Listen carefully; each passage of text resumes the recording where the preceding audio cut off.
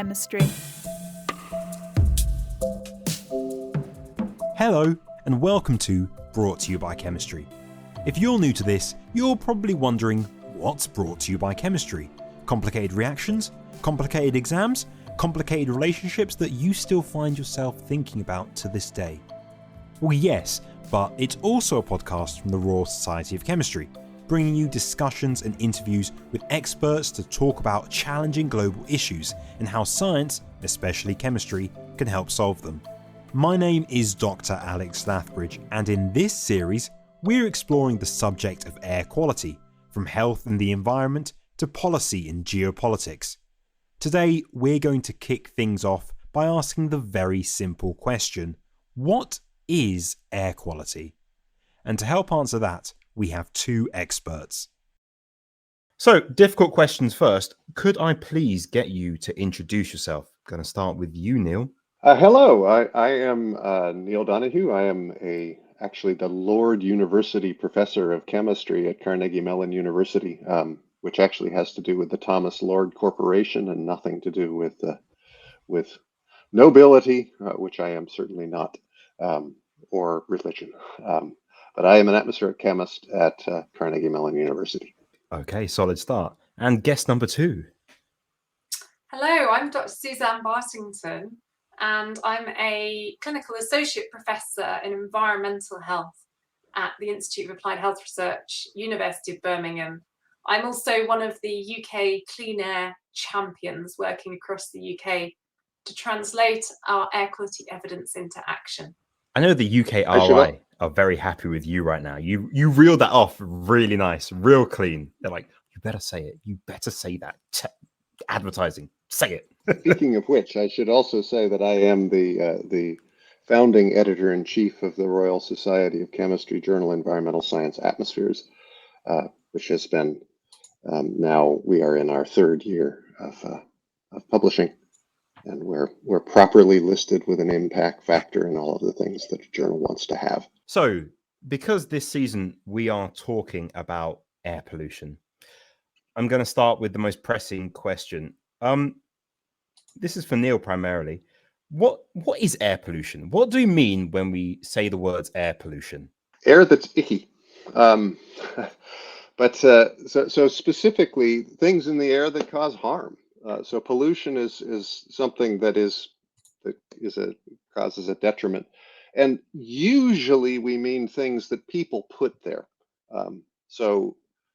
In general, pollution is a disturbance of the natural state of air or water or soil, generally caused by human beings, and it's a disturbance that causes some form of harm. That might be harm as in killing people. It might be harm as in being, shall we say, unpleasant. It might be harm as in changing global climate. There are different ways we can classify it, but maybe the easiest broad classification would be pollutants that directly affect human health versus pollutants that affect the environment in some way that then turns around either just damages the environment or then causes knock-on effects that affect people. And then there's the easiest example is visibility. Reducing visibility by itself, visibility isn't a cause of, or low visibility isn't directly a cause of harm unless you're trying to land an aircraft or something like that. But I'm avoiding using the term annoyance, but I'll use it anyway. It degrades the natural environment. So those direct harm to the environment, and then harm to the quality of the environment, let's say, and then even direct harm. If you want to get into the weeds, there's some things that are directly toxic. So they cause acute effects. Think chemical warfare, right? Things that will kill you. You breathe them in and you die, or you ingest them and you die. And then there are other pollutants that cause harm that are more chronic. So exposure to them increases your systemic inflammation, as an example.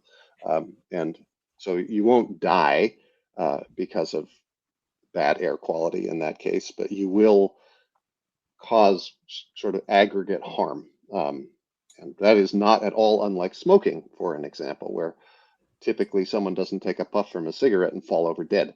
But cumulatively, the effects of smoking increase the risk of cancer and increase the risk of cardiovascular disease. All right. So with that in mind, like Suzanne, what would you say some of the impacts of air pollution are, and sort of who does it really affect? Poor air quality or air pollutants affect all of us ultimately, but they affect some people more than others. So we know that there are harms from breathing these pollutants that happen right from before birth.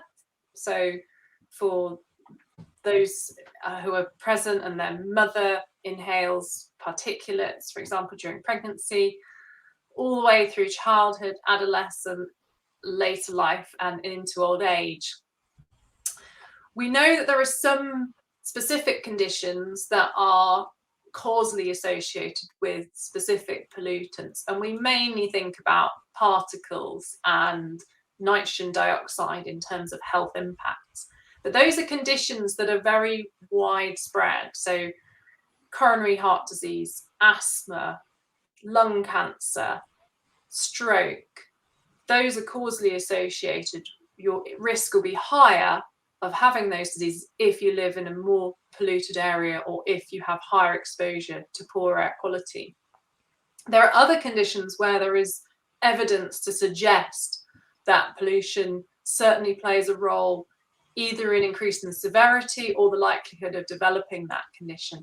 And that range of conditions is much wider. So we're thinking about low birth weight, prematurity, limitations on lung capacity development, metabolic disorders such as diabetes, and into later life, really important area of research is on cognitive decline and the risk of dementia. So the list is growing, but ultimately we know that poor air quality affects every organ in the body, and hence there is a very wide range of these health impacts associated with it.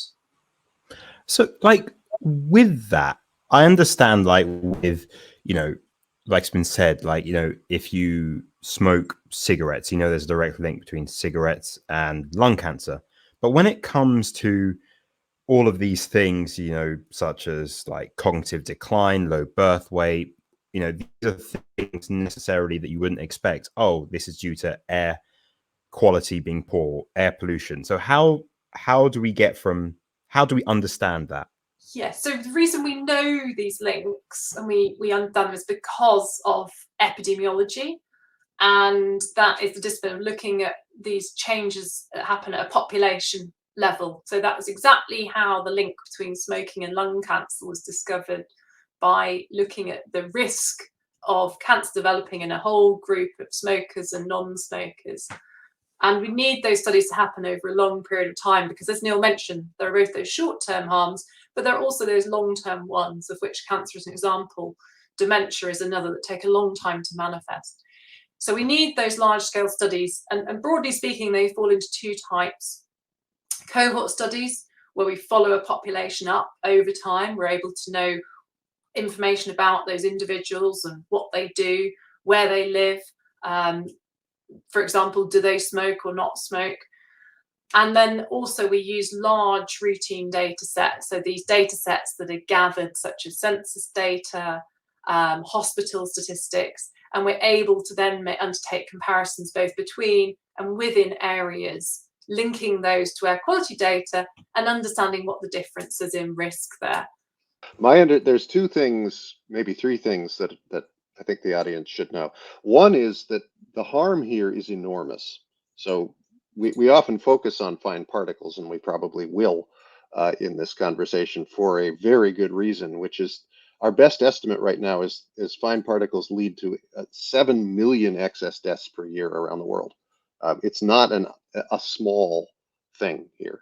It's the fourth leading cause of premature excess mortality, premature mortality around the globe. So it's enormously consequential. Even in places where there have been great improvements in air quality, and I live in one, it's still a major cause of of death. And in the developing world, it's a really, really big deal. So that's one issue. The second one is, you asked about the link. How can breathing in a particle increase your risk of dementia? A lot of these connect through systemic inflammation, is my understanding. And so the particles, again, focusing on particles, the thing that's unpleasantly magical about fine particles is they're little enough that they don't, if I have a little terrier who's very quick, and if she's running away from a big dog, she'll turn quickly, and the big dog will run into the fence, right? Because she can move, and little particles are the same way. So they actually mostly flow with air as we breathe in, whereas large particles, our upper respiratory tract is actually designed to filter them out.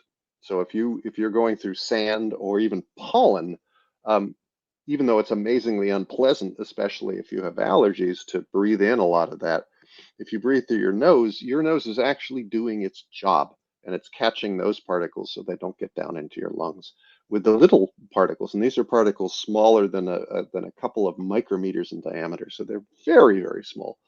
They travel with that air, and they deposit way down in the lung sacs and the alveoli. And with that deposition, they kind of overwhelm the local capacity of the lungs to respond, and the sort of break glass when in danger system in the body is to then fire up a systemic inflammatory response. Cytokine levels go up, and then all kinds of chronic conditions get worse.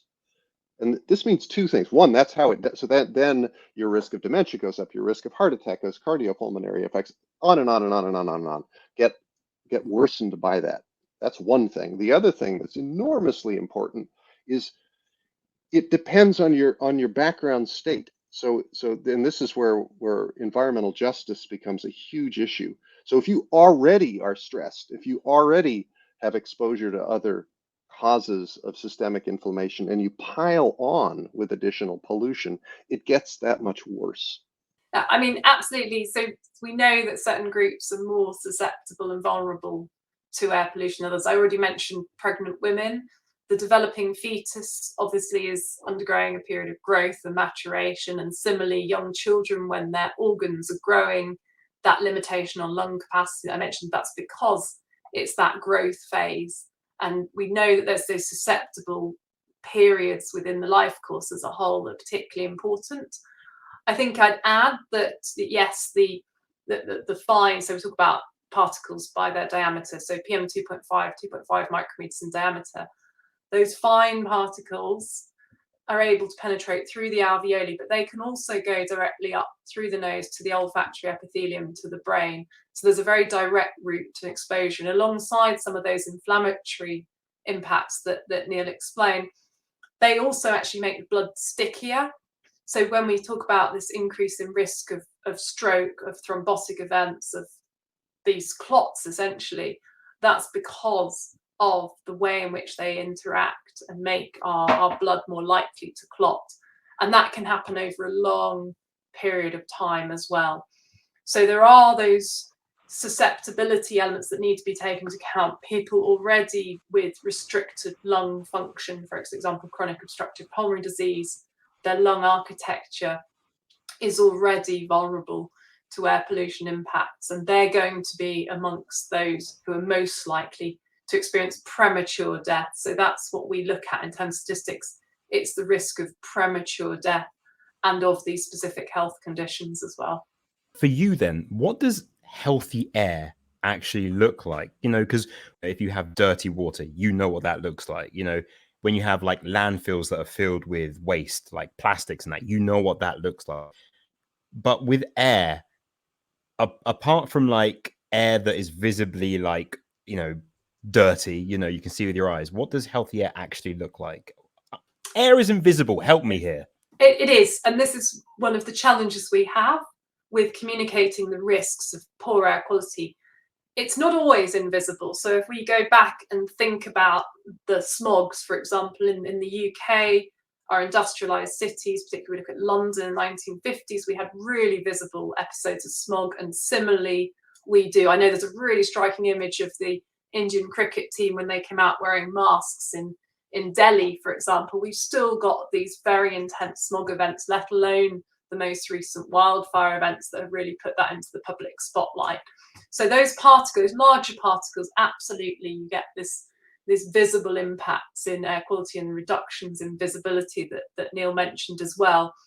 Also, some of our gaseous pollutants, so if you think about nitrogen dioxide, you might see this brown haze across the cityscape, particularly if you're looking at a very industrialized or heavy trafficked city.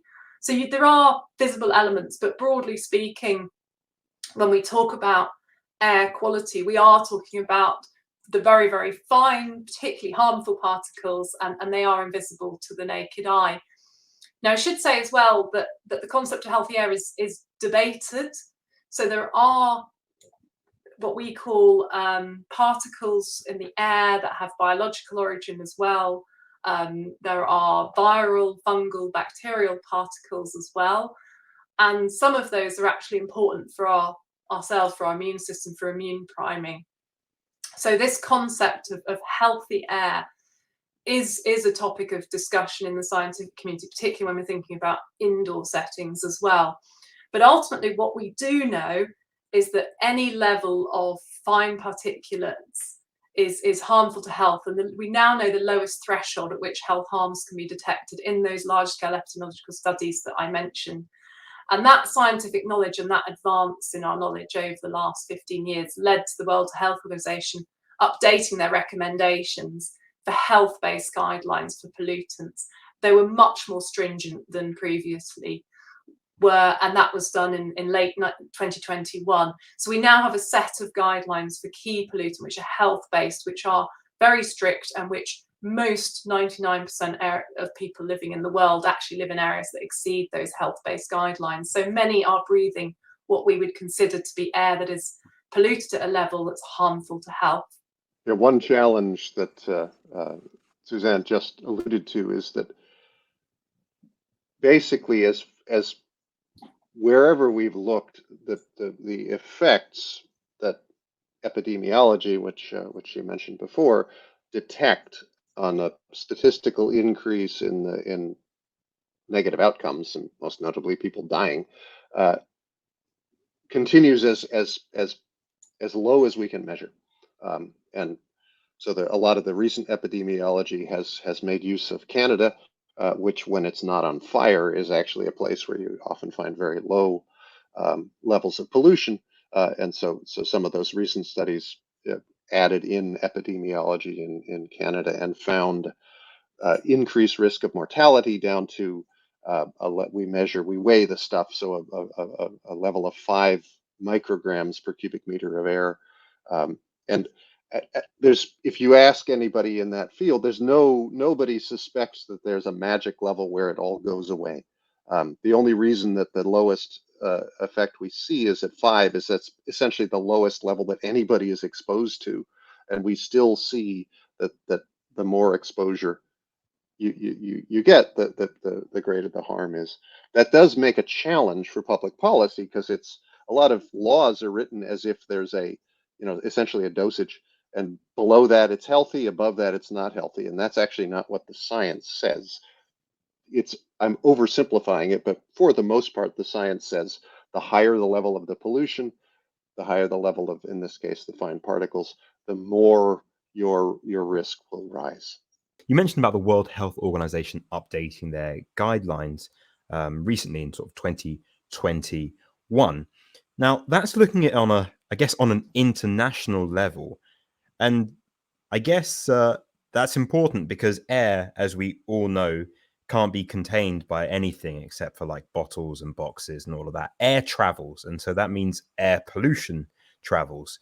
I mean, how does that actually happen? How does air pollution spread from, say, Birmingham to the rest of the country, or to Canada across to the USA? How does that happen? I'm going to start with you, Neil, and then Suzanne. And I should have said in my introduction, I'm actually a meteorologist, so this is in my wheelhouse.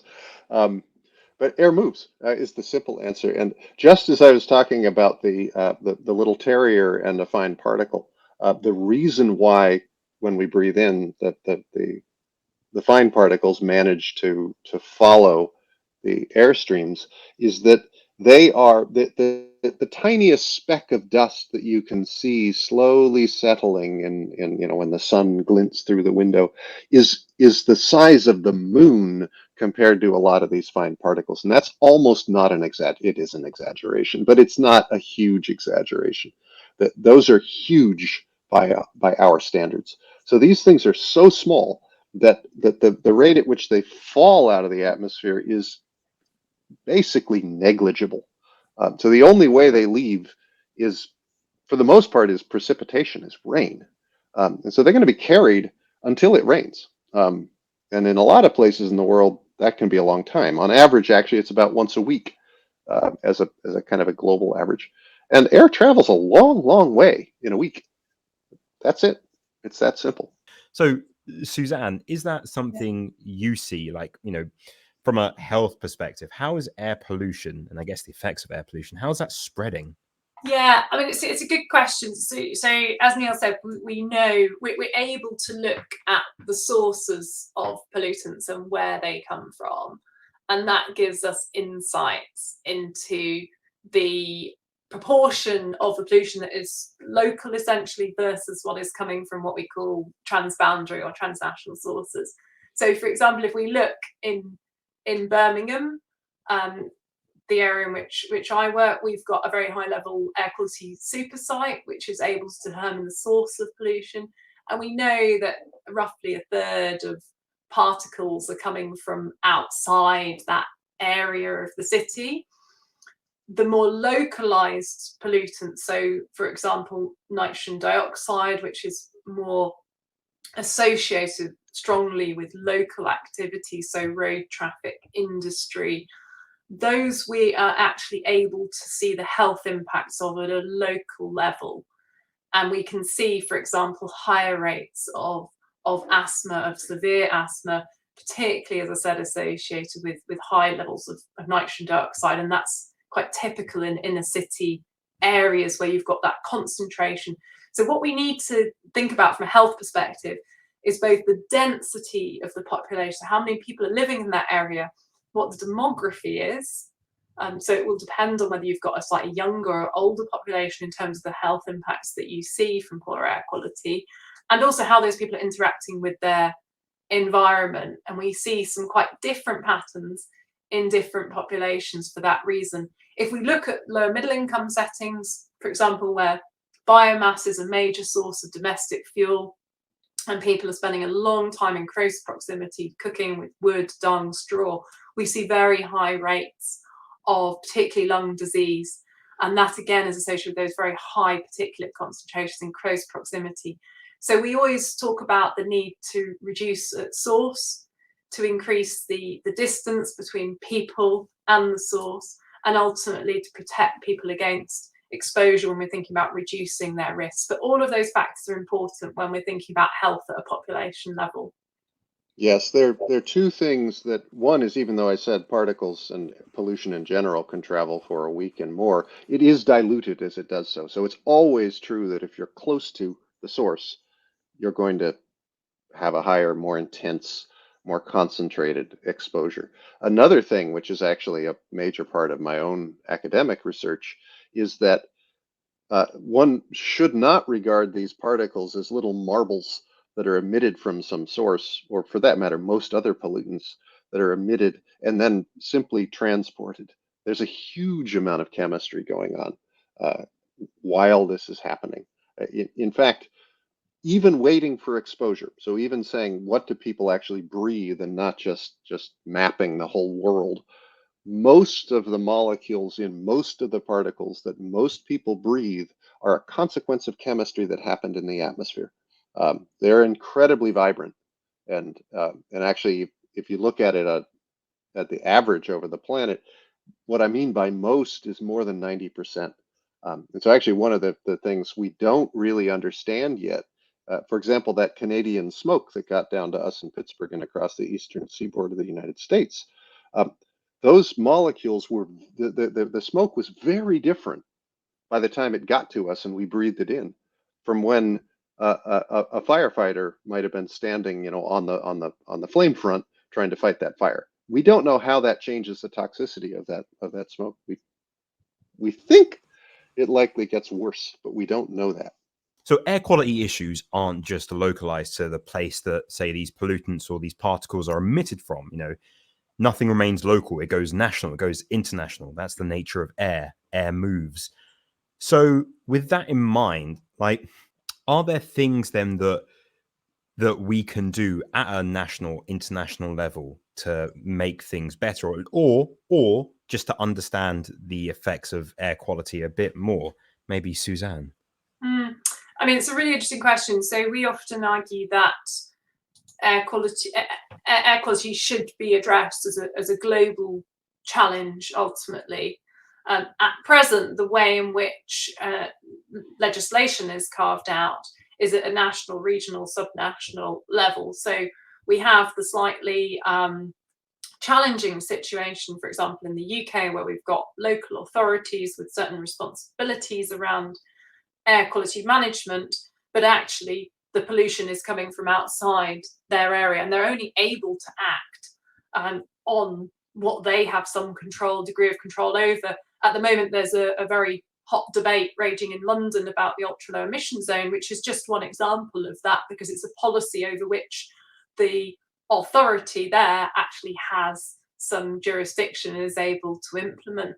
But if you actually look at where the pollution comes from, you're looking at a very different, broader range of sources. Okay. So then I guess before we jump in on air quality, this is the point where you get to flex your muscles a little bit. Because what does being a UKRI Clean Air Champion entail? This seems like something you should be sorting out. The UK Research Institute. You're a champion of clean air. This is very, very Hercules. Very, very, very. Come on. What do you do? Sort it.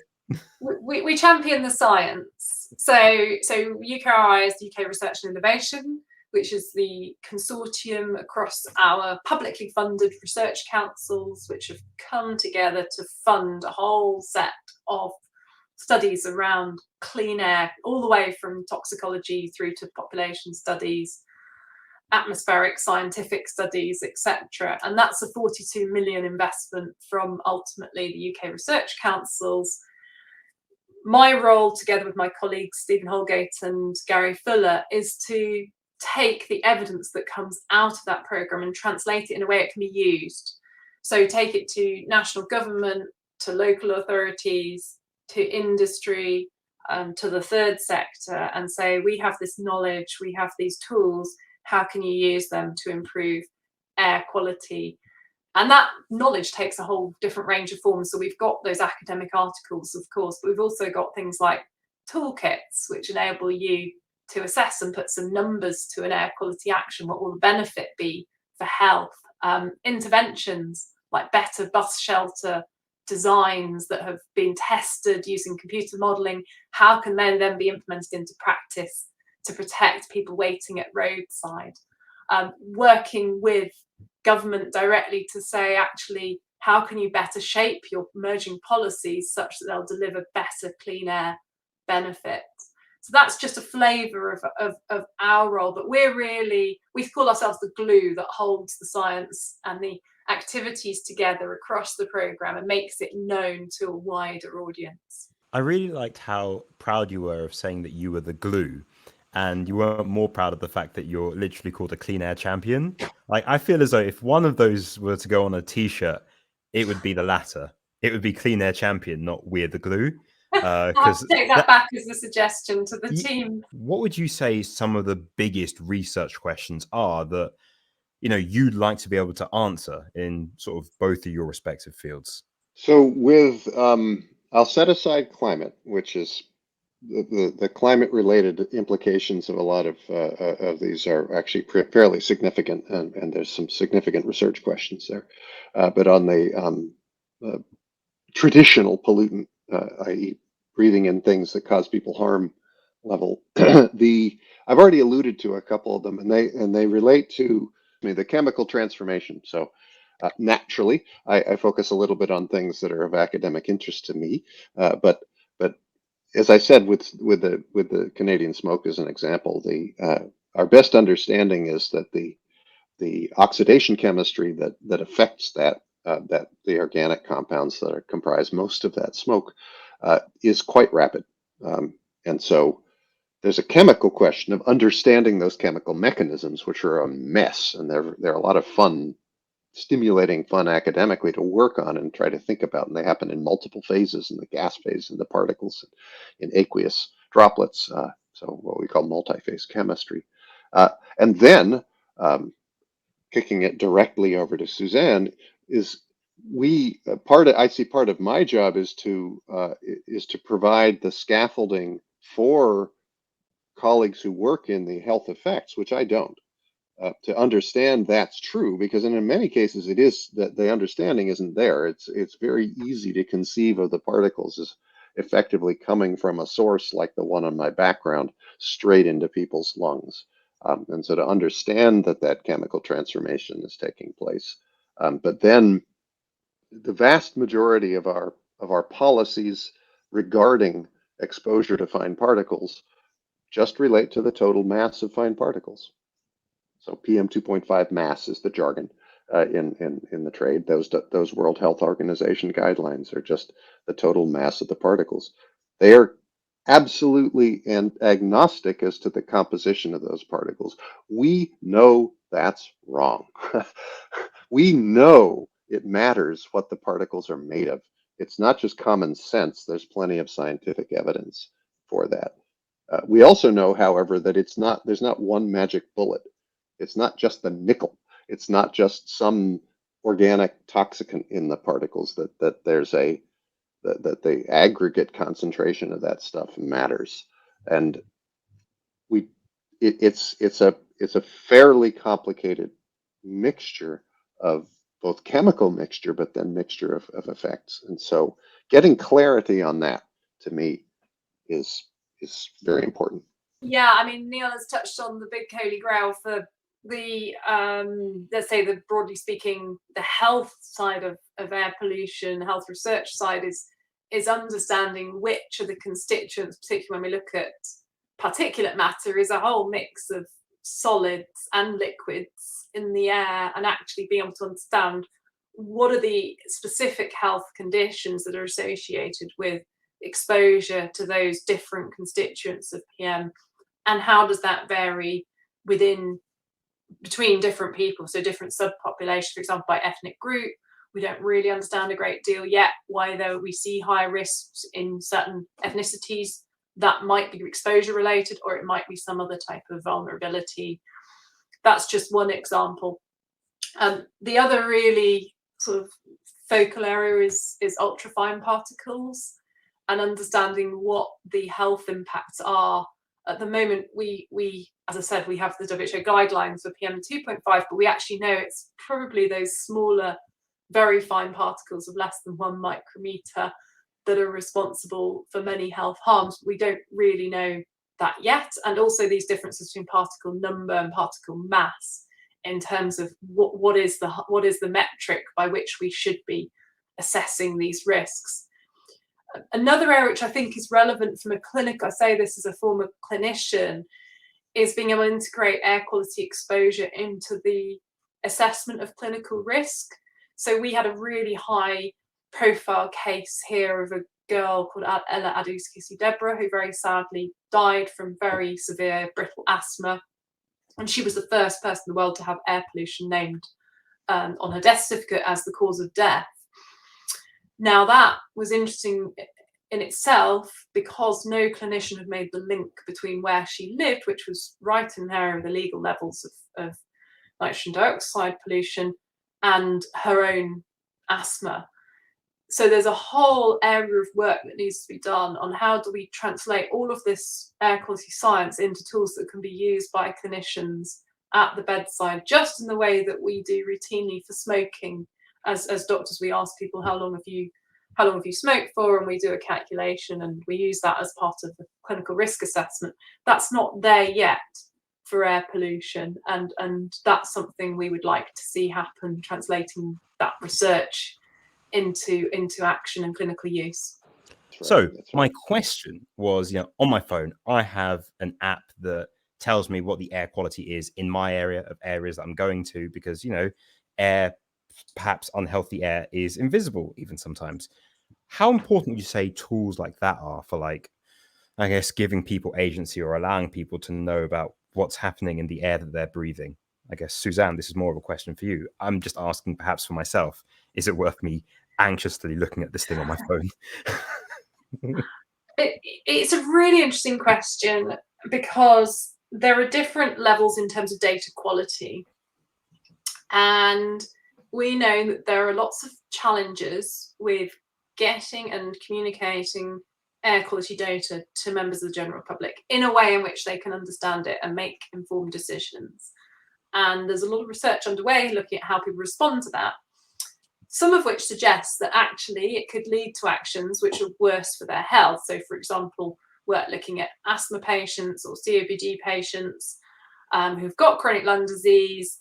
If you tell them that it's a particularly polluted day, they might limit their activities or even not go to their hospital appointments, for example. So that is one of the risks. The other risk we have from a public health perspective is that making that data available in a digital format will potentially widen health inequity. So it will help those who are able to access it, who, as you mentioned, have the agency to act upon it, but it won't in any way support those who are potentially the most vulnerable but don't have access to digital technology, aren't able to make those decisions or have that degree of agency over their own behaviours and place they spend their time. So that's just the caveat there. Having said that, I think there's huge potential for data to be available to people, but in the right format and presented in such a way that it's useful, it's informative, and ultimately that it's accessible. And I would say that both for indoor and outdoor air quality. I think we're still a little bit away. There's a step of work to be done until we are able to do that. And in the UK, that's why at the moment the Daily Air Quality Index is being looked at in terms of the way it's being used. That's obviously a forecasting tool which enables you to look at what the air quality will be like both on that day and the days ahead. So I still think there's a bit of work to be done just to make sure we're going down the right lines with publicly accessible data. But I'm very interested in Neil's thoughts on this. Yeah, I enormously ambivalent reactions for a whole number of reasons. I'll start personal and I'll get big picture. I'm a bicycle racer. But recently during those Quebec fires, we had a race canceled, and I was kind of annoyed. But so obviously racing a bicycle outdoors involves fairly heavy breathing. I also happen to have hypertension, which is extra annoying because I have like none of the obvious risk factors other than being 60 years old. But so perhaps I had reason to be concerned about stopping that specific race. And so it affects people individually rather quickly. The reason, on the one hand, getting people personally invested and giving them information, if it is accessible, that will affect their daily decisions, and as you say, give them agency, is commendable. But on the other hand, there's a tremendous risk that is offloading responsibility. I'm also old enough to remember what we call the crying Indian, which was what it sounds like, was a Native American in an advertisement about pollution and telling people not to litter, and having these white folks in a large Pontiac drive by and dump things into a national park, and a tear trickled down. That was an ad generated by the United States Plastic Council. This is no joke. In order to, as an advertisement strategy, to say the problem wasn't the plastic bottles, it wasn't the things that were being chucked out of the car. The problem was ignorant tourists who didn't take care of their garbage. So that was what it was designed to do. And so enforcing agency, dumping agency from those who are fundamentally responsible onto individuals who are not fundamentally responsible is a fraught question for me.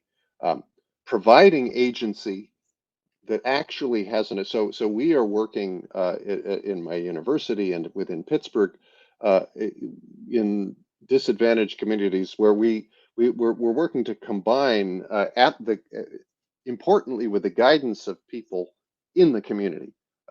So step one, listen to what people need and don't decide what they need because I am a scientist and of course I know. But so we are working to provide low cost sensors and data so people can respond and get more access to that information. But what we heard very quickly was, I don't need the number. I don't need to know. What I need is a filter, right? I need, and even if it seems you say, okay, you can go down to the local store and buy a HEPA filter and put a fan in front of it and make a filter. It works. It still costs 50 pounds, $50 to do that. And that's not necessarily easy or accessible. So simply providing that ability to filter air to people is seen as more significant than getting numbers out to people. But I don't know, Suzanne, if I bounce it back to you. Yeah, I think it's really interesting because we've done some work with communities, so mosques, for example, in a very deprived area of the West Midlands, groups that typically wouldn't be engaging with environmental issues, and similar themes have emerged, that it's not the numbers as such, but it's just the awareness that air pollution is an issue and it does change. It does change by time of day and it's different between different locations as well. So I think that is very valuable in its own right.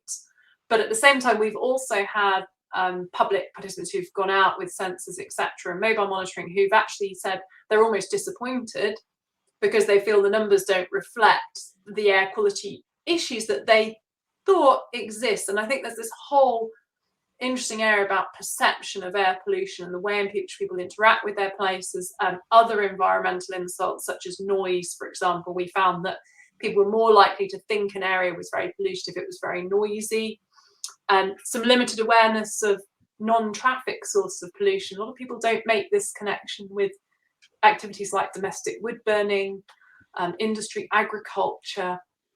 And I think, there are ways in which data feeds could be used to generate that awareness and that understanding. But I would wholeheartedly agree that this issue about potentially sort of shifting the problem to the individual is risky. And we know from a public health perspective, the best and most effective interventions happen through national legislation and at a national level. And we've seen that, for example, with the ban on smoking in public places, going back to seatbelt legislation and the first Clean Air Act in the UK. So I'd be very worried if we used it as a sort of policy mechanism of provision of data and expect people to manage their own air pollutant exposure through that route.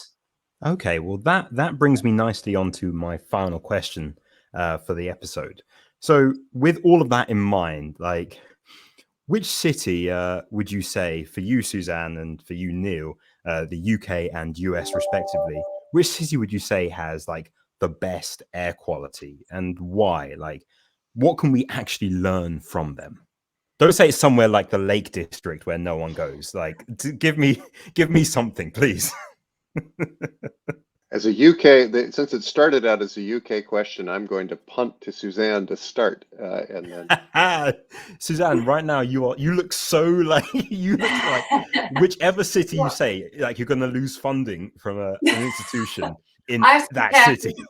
Yeah, I mean, I champion actions across the UK, and as a sort of sideline to that, we work with our regional champions. So we actually see really different air quality challenges depending where you go in the UK.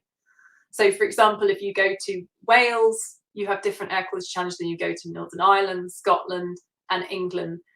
The big challenge is London. And if you look at particulate concentrations across the southeast, that's where you've got that major challenge from particles, and most of that, or a large proportion of that, is transboundary. if we look at cities and the actions they're taking, and I highlight the actions that they're taking, we are beginning to see health-based metrics being incorporated into interventions. And I would flag there, working with the West Midlands Combined Authority, who've been very, very forward-thinking in developing their air quality actions such that it spans a whole range of different areas, so industry, agriculture, transport. We're yet to really see how that plays out in terms of air quality impacts, but that's the type of integrated policy making that we advocate for. Sometimes it's so if you ask where's the best air quality, there's an element of luck there, and it's often places that are that are downwind of very clean air. And in fact, if you go to the Pacific Northwest and Seattle and Portland, Oregon, you'll find they have some of the best air quality. It rains so much that it cleans the air, which is no joke. But in terms of making the best strides, I wanted to emphasize what Suzanne was talking about, which is the infrastructure and thinking holistically about how people are living and the access they have to the tools that will help them have better air quality. And fundamentally, that's going to mean the infrastructure to avoid excessive transport and to avoid living next to very polluted roadways, but then also to non-traffic sources. And so that is actually true in places like, to pick on Portland, Oregon as an example. But I'll uplift the areas that have done an excellent job in providing the infrastructure that lets people live close to where they need to be. And so it doesn't require long, driving for hours and all of the emissions from traffic associated with that. And so the cities of the Pacific Northwest in the US have done an especially good job with that. Thanks for joining us for this episode of Brought to You by Chemistry with me, Dr. Alex Lathbridge. Join us next time where we'll be finding out about indoor air quality. Because you can't escape air by going inside, that's not how air works. See you next time. Bye for now.